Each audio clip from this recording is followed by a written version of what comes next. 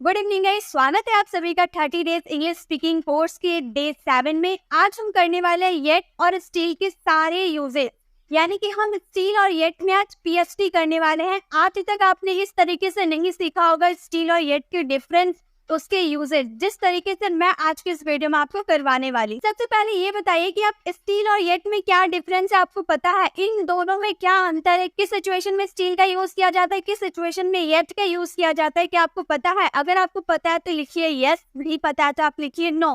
वैसे तो मैं आपको करवाने वाली हूँ आज मैं स्टील और येट के सारे यूजेस करवाऊंगी, उसके डिफरेंस क्या है वो भी करवाऊंगी।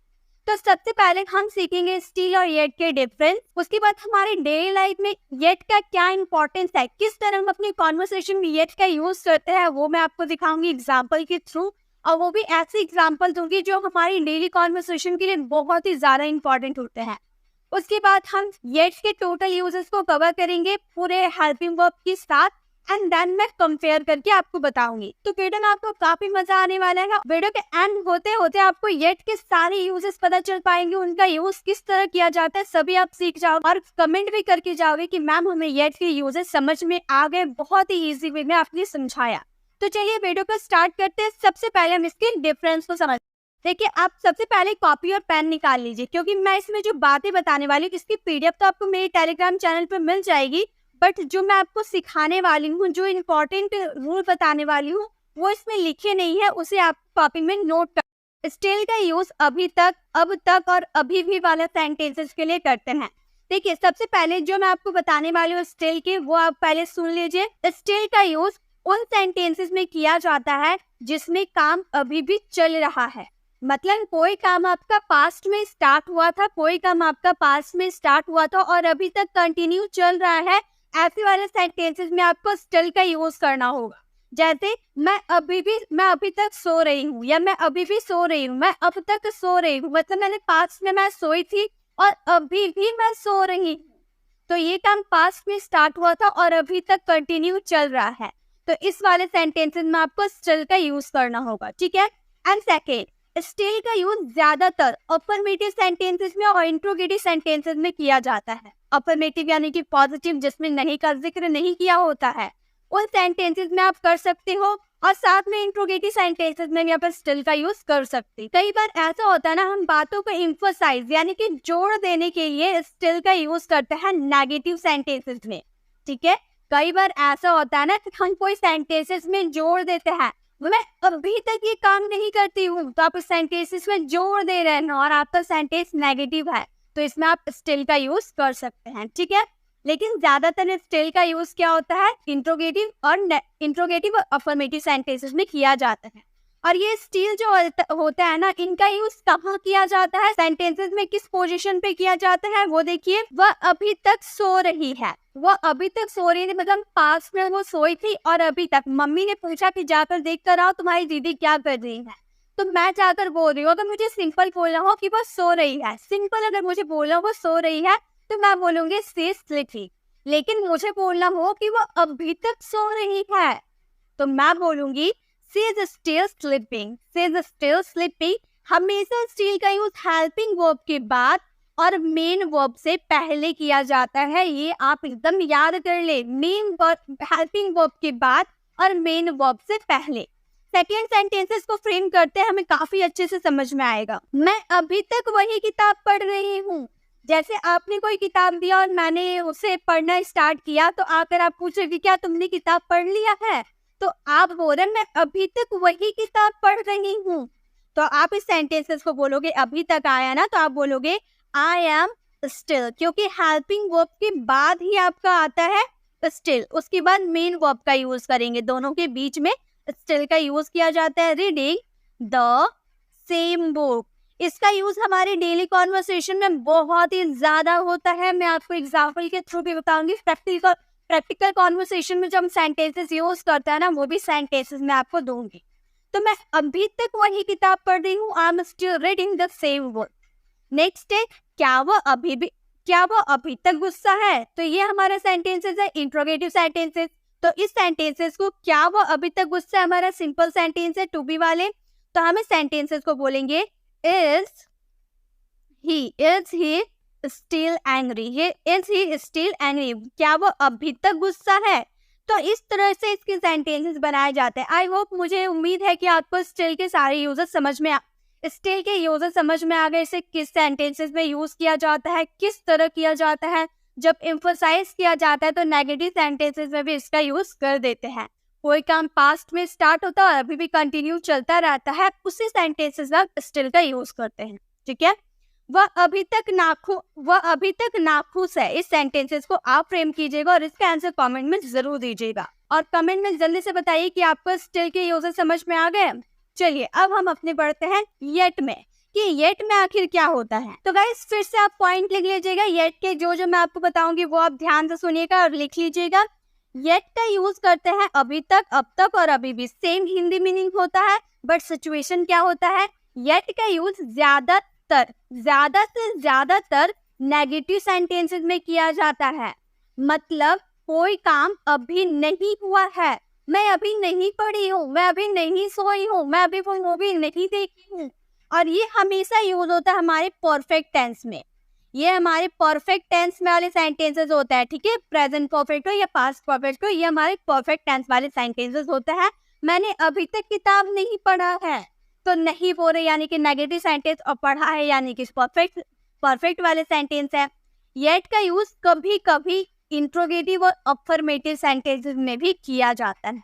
यूज करने के थोड़ा डिफरेंट रूल होता है, वो भी मैं आपको बता देती हूँ, लेकिन कभी कभी ही इंट्रोगेटिव और अफर्मेटिव सेंटेंसेस में किया जाता है जहां काम अभी नहीं हुआ है। जैसे आप ऐसे सेंटेंसेस बोलते हो ना कि मेरा ये काम करना बाकी है, मैंने अभी ये काम नहीं किया है, मेरा ये काम करना बाकी है, तो ये तो पॉजिटिव सेंटेंस है, अफर्मेटिव सेंटेंस है, फिर भी इसमें हम येट का यूज करते हैं। ठीक है, येट का यूज ज्यादातर लास्ट में किया जाता है, सेंटेंस के लास्ट में येट का यूज किया जाता है। और येट पास्ट और प्रेजेंट के परफेक्ट वाले सेंटेंसेस में यूज होता है। जैसे एग्जांपल देखिए, वो अभी तक नहीं आया है। मैंने पूछा क्या राम घर आ गया है, तो आप बोले राम अभी तक घर नहीं आया है, मतलब नहीं पहुंचा है। ठीक है, तो नहीं आया है अभी तक, और नहीं नेगेटिव वाले सेंटेंस है, तो हम बोलेंगे he hasn't come yet। has not का कॉन्ट्रैक्शन हमारा hasn't हो गया, ये हमारे प्रेजेंट परफेक्ट वाले सेंटेंस है, इसलिए वर्ब का थर्ड फॉर्म has ऐप के साथ वर्ब का थर्ड फॉर्म यूज हुआ है। सेकेंड सेंटेंस देखिए, रिया अभी तक नहीं पहुंची है, तो इस सेंटेंसेस को बोलेंगे रिया hasn't का यूज करते तो कॉन्ट्रैक्शन में ही यूज करते हैं, क्योंकि कॉन्ट्रैक्शन हम जब यूज करता है ना तो काफी फ्लुएंट साउंड होता है। ठीक है, तो hasn't का यूज करते हैं, रिया hasn't। पहुंचना को इंग्लिश में क्या बोलते हैं, रिच बोलते हैं, और इसका थर्ड फॉर्म हो जाता है रिच्ड। और येट का यूज हमेशा सेंटेंस के लास्ट में किया जाता है, ये मैंने आपको बताया। तो हमारा सेंटेंस बन जाएगा रिया hasn't reached yet। ठीक है, क्या अभी तक तुमने नाश्ता नहीं किया है, ये हमारा क्या हो गया, ये हमारा हो गया इंट्रोगेटिव सेंटेंसेस, लेकिन इसमें ये नहीं का भी जिक्र किया है, यानी कि नेगेटिव वाले सेंटेंसेस है, सेम सेंटेंस है। तो पहले इंट्रोगेटिव सेंटेंसेस है, हैवंट का यूज कर देते हैं। क्यों हैवंट का यूज करेंगे, क्योंकि तुम यानी कि यू का बात हुआ, यू के साथ हैव लगता है। Haven't you had your breakfast yet. अब देखिए यहाँ पर एक चीज और ध्यान दीजिए, यहाँ पर खाना नाश्ता करने की बात करें तो हैड का यूज कर रहे हैं। आप चाहे तो ईटन का भी यूज कर सकते हैं, वर्ब का थर्ड फॉर्म का। यहाँ पे हम लोगों ने हैव का थर्ड फॉर्म हैड का यूज किया, क्योंकि मैंने हैव की वीडियो में बताया है कि हैव का यूज हम खाने के सेंस में कर सकते हैं। तो haven't you had your breakfast yet, क्या तुमने अभी तक नाश्ता नहीं किया है। मैंने अभी तक फैसला नहीं लिया है, इस सेंटेंसेस को आपको फ्रेम करना है। तो मैं एक बार क्विक रिवीजन करवा देती हूँ। देखिए, टेल का यूज आप करोगे जब आपके सेंटेंसेस अफर्मेटिव होंगे या इंट्रोगेटिव होंगे। येट का यूज करोगे जब आपकी सेंटेंस नेगेटिव होंगे, मतलब अगर नेगेटिव होंगे। स्टिल का यूज आप हेल्पिंग वर्ब और मेन वर्ब के बीच में करेंगे, और येट का यूज हमेशा सेंटेंस के लास्ट में किया जाता है। स्टिल का यूज कभी कभी हम इसके नेगेटिव सेंटेंसेस में भी यूज कर देते हैं, जब सेंटेंसेस में एम्फसाइज जोर देना होता है। और येट का यूज हम कभी कभी अफर्मेटिव और इंट्रोगेटिव सेंटेंसेस में कर देते हैं, लेकिन वो थोड़ा दूसरे तरह से सेंटेंस होता है कि कोई काम अभी करना बाकी है, हुआ नहीं है, मेरा पढ़ना बाकी है, मेरा मूवी देखना बाकी है। तो ये अफर्मेटिव सेंटेंसेस है, लेकिन इसमें हम येट का यूज कर सकते हैं। चलिए अब मैं आपको कुछ ऐसे सेंटेंसेस देती हूँ जो आप प्रैक्टिकल कॉन्वर्सेशन में यूज करते हैं और येट का यूज हमारी लाइफ में कितना इंपॉर्टेंट है वो मैं आपको बताती हूँ। तो देखिए गाइस, येट का यूज हम देख रहे हैं, ठीक है। स्टिल का यूज बस उतना ही था, बस आपको यही याद रखना है कि उसका अफर्मेटिव सेंटेंसेस में, इंट्रोगेटिव सेंटेंसेस में होता है। जो उसके रूल मैंने आपको बताया बस उसको याद रखनी है। देखिए आप ऐसा सेंटेंस बोलते होंगे ना, क्या आपने मेरी वीडियो देखी? मैंने आप लोगों के लिए प्रीपोजिशन पे बेस्ट 1 आवर की वीडियो अपलोड की थी। अब मैं आपसे पूछूं, क्या आपने मेरी वीडियो देखी है? क्या आपने मेरी प्रीपोजिशन वाली वीडियोस देखी है? मैंने आपसे ये पूछा, तो मैं इंग्लिश में क्या पूछूंगी? Have you watched my video? Have you watched my video? क्या आपने मेरी वीडियो देखी है? तो आपका रिस्पॉन्स क्या आएगा? अगर आपने नहीं देखा है मेरी प्रीपोजिशन वाली वीडियो, अगर आपने मेरी प्रीपोजिशन वाली वीडियो नहीं देखा है, तो आप इस सेंटेंसेस को बोलोगे मैंने अभी तक वीडियो नहीं देखी है।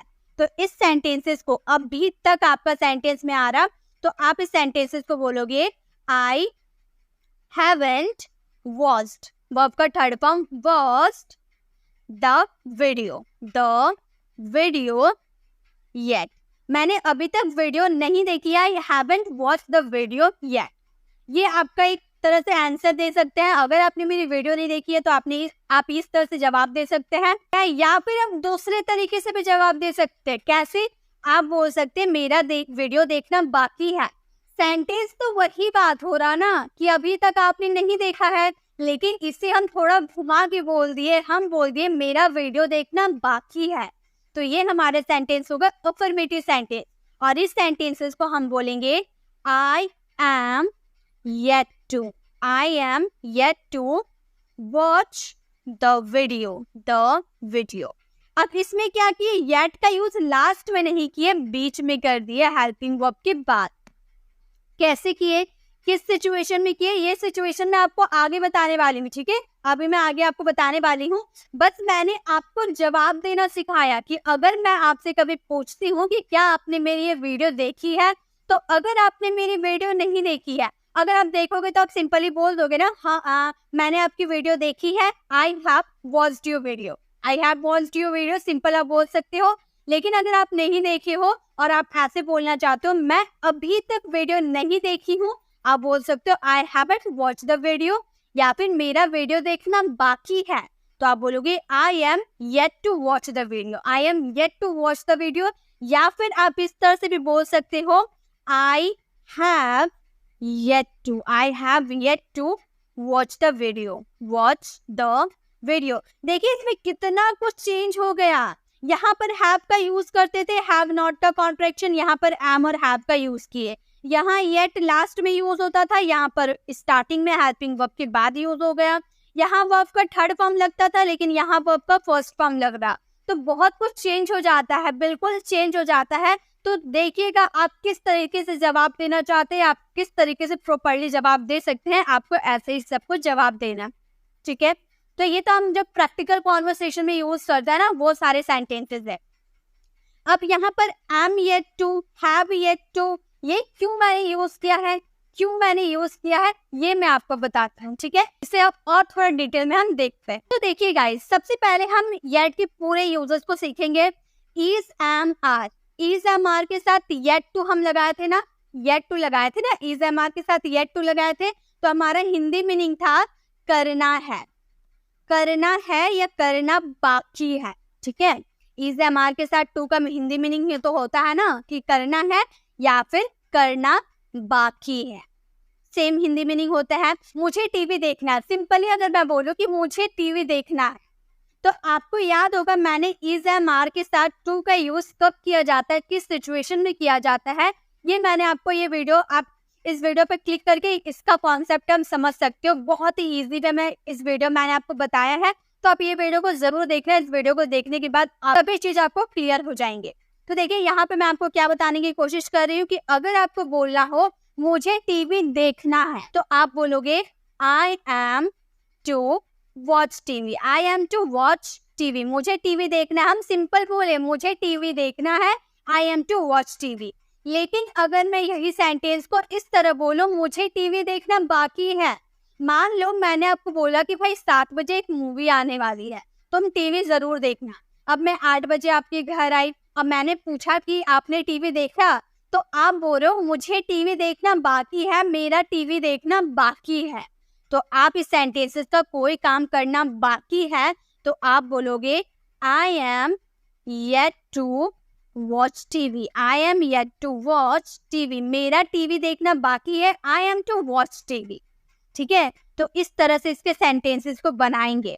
आई होप आपको समझ में आ गया। चलिए और भी सेंटेंसेस, एम का तो देख लिए कैसे हम बनाएंगे, इसका भी सेंटेंसेस लेकर देखते हैं। जैसे मैं बोलूं कि उसे स्कूल जाना है, सिंपली अगर हम बोले उसे स्कूल जाना है तो हम क्या बोलेंगे, उसे यानी कि ही का यूज कर दे रहे, हम बोलेंगे he is to go to school. Go to school, he is to go to school, उसे स्कूल जाना है, he is to go to school. उसका स्कूल जाना बाकी है, उसका स्कूल जाना बाकी है, तो इस सेंटेंस को बोलेंगे he is yet to, he is yet to go to school, he is yet to go to school, उसका स्कूल जाना बाकी है, he is yet to go to school. Guys आप इसका स्क्रीनशॉट ले लीजिए क्योंकि ये आपको पीडीएफ में नहीं मिलेगा, ये मैं आपको बस कॉन्सेप्ट क्लियर करवा रही हूँ, तो आप स्क्रीनशॉट ले लीजिए ताकि आप जब इसे प्रैक्टिस करोगे तो आपको समझ में आएगा कि कैसे सेंटेंसेस को फ्रेम किया गया है। तो अगर आपको बोलना हो उसका स्कूल जाना बाकी है, he is yet to go to school, तो आप जल्दी से स्क्रीनशॉट ले लीजिए। मैं इसको क्लीन कर देती हूँ। अब देखिए अब आर को कैसे बनाएंगे। जैसे हमें बोलना हो कि हमें मिलना है, हमें मिलना है, तो हम क्या बोलेंगे, हम बोलेंगे we are to meet, we are to meet, हमें मिलना है, वी आर टू मीट। लेकिन अगर मैं बोलूं हमारा मिलना बाकी है, हमारा मिलना बाकी है, तो बोलेंगे we are yet to meet, we are yet to meet, हमारा मिलना बाकी है, we are yet to meet. ठीक है, तो इस तरह से इज एम आर का यूज करेंगे। अब वॉज वर वाले कॉन्सेप्ट को समझ लेते हैं कि वॉज वर का कैसे यूज करना है। तो वॉज वर के साथ येट टू आएगा तो इसका हिंदी मीनिंग होगा करना था या करना बाकी था, कोई काम करना बाकी था। जैसे मैं बोलूं कि हाँ उसे इंग्लिश बोलना था, उसे इंग्लिश बोलना था, तो हम बोलेंगे he was to speak English, उसे इंग्लिश बोलना था, he was to speak English. Simple sentence है, उसे इंग्लिश बोलना था, he was to speak English. उसका इंग्लिश बोलना बाकी था। अब बाकी की बात कर दे कि उसका इंग्लिश बोलना बाकी था, उसने प्लानिंग की थी कि मैं इंग्लिश बोलूंगा, लेकिन उसका इंग्लिश बोलना बाकी था, पेंडिंग है अभी। तो इस सेंटेंसेस को हम बोलेंगे he was yet to, he was yet to speak English, he was yet to speak English, उसका इंग्लिश बोलना बाकी था। तो इस तरह से येट टू का यूज करेंगे। और एक सेंटेंस लेते हैं वर का भी। जैसे हमें पढ़ना था तो हम क्या बोलेंगे, we were to study, we were to study, हमें पढ़ना था, वी वर टू स्टडी। लेकिन अगर बोले हमारा पढ़ना बाकी था, हमारा पढ़ना बाकी था, तो हम बोलेंगे we were yet to, we were yet to study, हमारा पढ़ना बाकी था, we were yet to study. तो इस तरह से वॉज वर का यूज हम अपनी प्रैक्टिकल कॉन्वर्सेशन में कर सकते हैं, कोई काम करना था या कोई काम करना बाकी। अब देखिए अब हमारा कॉन्सेप्ट अब हमारा है हैज हैव के साथ येट टू का use. Same Hindi meaning carry करते हैं। इसका भी मतलब आप अगर देखने जाओ तो होगा करना है, कोई काम करना है या बाकी है, बाकी है। सेम हिंदी मीनिंग है। जैसे आप इसका यूज किए ना, बिल्कुल सेम आप इसका भी यूज करोगे, लेकिन थोड़ा सा ध्यान दीजिएगा। इज एम आर फॉर्मल है और हैज हैव इनफॉर्मल है।